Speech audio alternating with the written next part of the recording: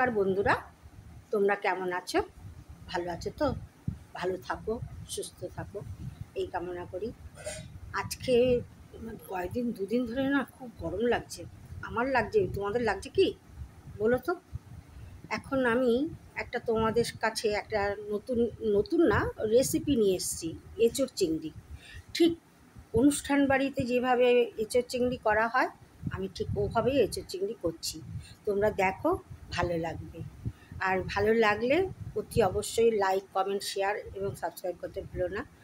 আর কী কী নিয়েছি সেটাও তোমাদের দেখাচ্ছি। আমি কড়াই বসিয়ে আলুটা দিয়ে দিয়েছি, আলুটা ভাজতে বসিয়েছি। চলো তোমাদের দেখাচ্ছি কী কী আলু, কী কী আমি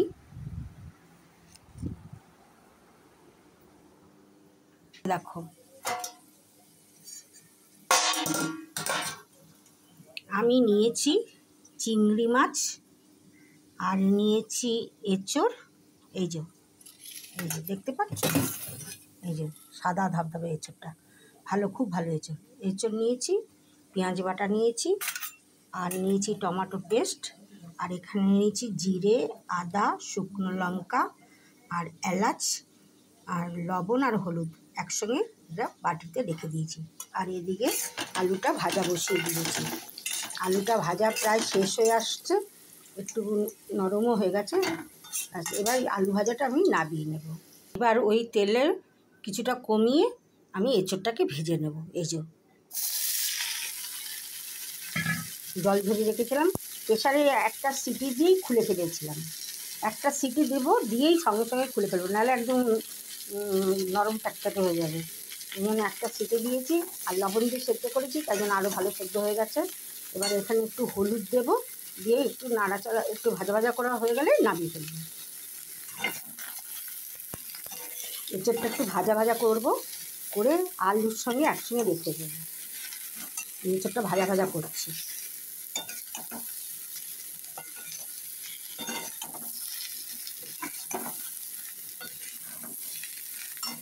এঁচোড়ে যে একটা জল জল ভাব থাকে না, সেটা ভেজে নিলে কী হবে, একটু ড্রাই হবে, খেয়ে মানে ভালো হবে। যে কোনো জিনিস ভাজলে এঁচোড়টা আমি যদি ভেজে করছি না, সেটার টেস্টটা আরও লাগবে ভালো। তুমি যদি এমনি সঙ্গে সঙ্গে কাঁচা অবস্থা দিয়ে দাও, সেটা অতটা টেস্ট হবে না।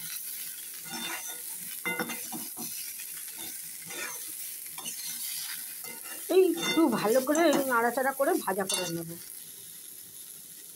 এঁচোড়টা আমার ভাজা ভাজা হয়ে গেছে, এবার নামিয়ে ফেলবো, একসঙ্গে আলুর সঙ্গে রেখে দেবো। এবার অল্প তেল দিয়ে এই চিংড়ি মাছটাকে ভেজে নেব।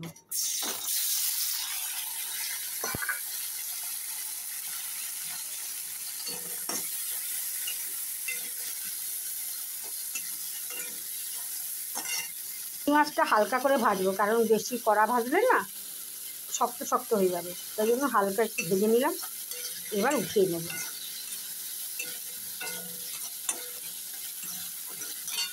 এই তেলের মধ্যে একটা তেজপাতা,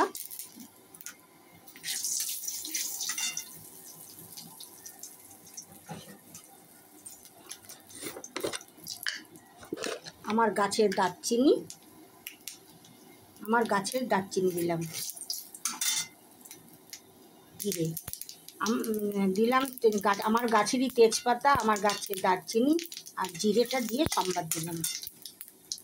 পেঁয়াজ পেস্ট,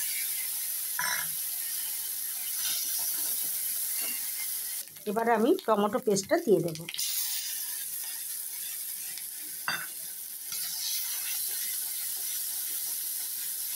টমেটো পেস্টটা দেওয়ার পরে এখানে জিরে, আদা, শুকনো লঙ্কা, নুন, হলুদ এই সব কিছু মিশ্রণটা দিয়ে দেবো।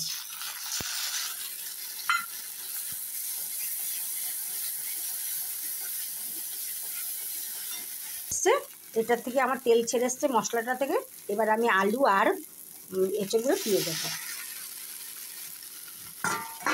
আলু আর এঁচোড় দিয়ে নাড়াচাড়া করব। আলু আর এঁচোড়টা দিয়ে নাড়াচাড়া করছি, 5 মিনিট এরকম নাড়াচাড়া করব। একটু ঢেকে দেবো, ঢেকে দিয়ে আবার কিছুক্ষণ বাদে এসে আবার নাড়াচাড়া দেবো। নাড়াচাড়া দিয়ে মশলাটাকে মিশ্রণটাকে ভালো করে আলু আর এঁচোড়ের মধ্যে মিশিয়ে একটু ঢেকে দেবো।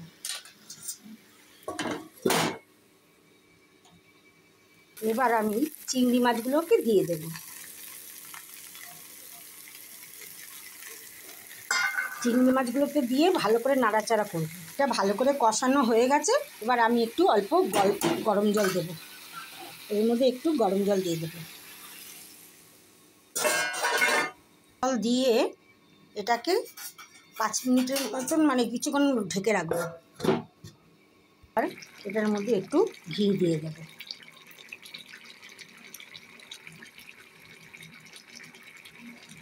ঘিটা শেষ হয়ে এসছে, মাস শেষ, ঘিও শেষ, আবার নতুন করে ঘি ঢুকবে। এখন এটাকে ঘি দিয়ে দিলাম, এবার নাড়াচাড়া করব।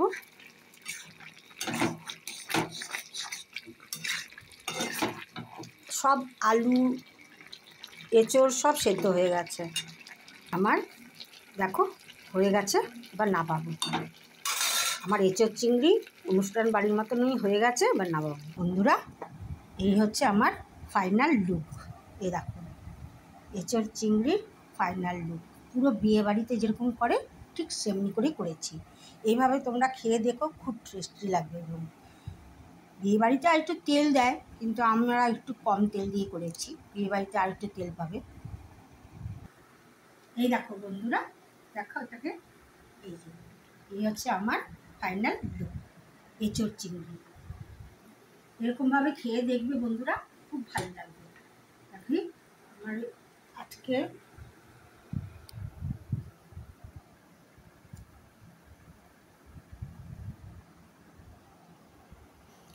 তাহলে আজকের মতন টাটা।